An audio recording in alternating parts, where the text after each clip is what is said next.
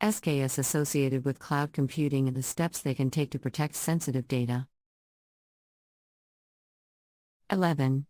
Define clear data access policies. Clear data access policies help in defining roles and responsibilities associated with data access. You should establish access policies according to job functi. ONS, data sensitivity, and need-to-know basis.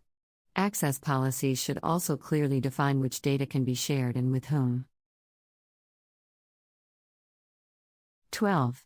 Conduct regular employee security awareness training. Regular training of employees on security awareness is an ongoing process and should not be limited to a one-time event. Organizations should conduct quarterly or biannual security training sessions to ensure employees are up to date with best practices and emerging threats. Engage employees in testing, such as phishing campaigns and SOC. IL engineering attempts to check their readiness for real-world situations. 13. Ensure cloud provider security compliance. Compliance regulations such as GDPR and HIPAA must be adhered to when using a cloud provider's services.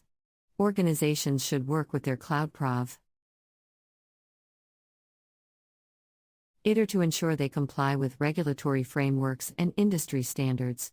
The cloud provider should regularly provide proof of its compliance with industry regulations and standards and assurance of adequate controls in place. 14. Limit third-party service providers' access. Third-party service providers like vendors and contractors may require access to specific data and services. Access to cloud services should be granted only on a need-to-know basis, and ensure that the access is revoked as soon as the work is complete. The third party should be thoroughly vetted before granting access and should be provided with a separate set of login credentials. 15. However, data security is the responsibility of the customer. Organizations must understand the respective responsibilities of the cloud provider and themselves for data security and the consequences that arise from lacking due diligence. Cloud computing security is a shared responsibility between the cloud provider and the organization using it. Adhering to the above best practices improves the security posture of the organization and D helps prevent data security incidents. Organizations need to be proactive in implementing these practices and stay ahead of potential security threats. With appropriate measures in place, you can confidently use cloud computing services to meet your business needs while keeping your data secure. 16. Implement disaster recovery and business continuity plans. It is important to have a disaster recovery and business continuity plan in place in case of any unexpected data loss, damage, or theft. This plan should include regular data backups, a strategy for restoring data, and protocols for managing business operations during a disruption. 17.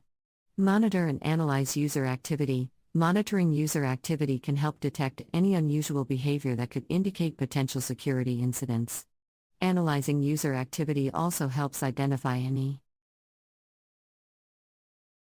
vulnerabilities in the system and prevents any misuse. 18. Implement a strong firewall. A firewall acts as a barrier against unauthorized access to your network.